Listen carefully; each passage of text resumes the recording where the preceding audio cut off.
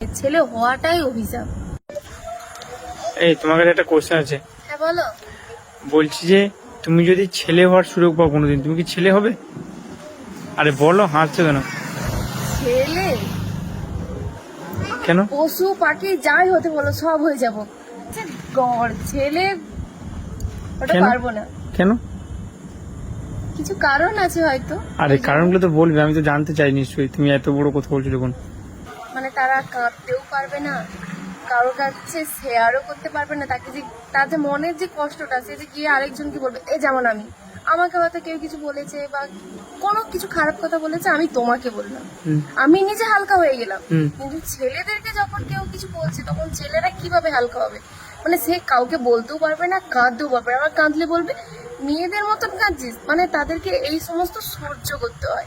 রাস্তা দিয়ে চলে যাও, তুমি একটা অ্যাক্সিডেন্ট করেছো, মানে মেয়েদের ক্ষেত্রে বলছি, অ্যাক্সিডেন্ট করেছো, মেয়েদেরকে বললাম ঠিক আছে কোনো ব্যাপার নয়, তুমি ঠিক আছো তো।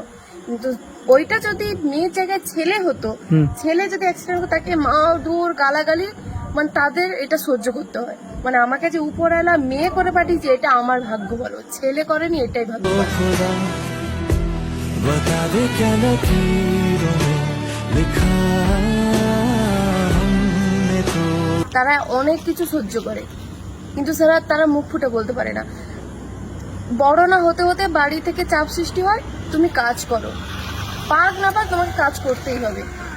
সেখানে কাউকে কিছু বলতেও পারবে না। मेरा देखो ना मेरी हैसियत पूछो।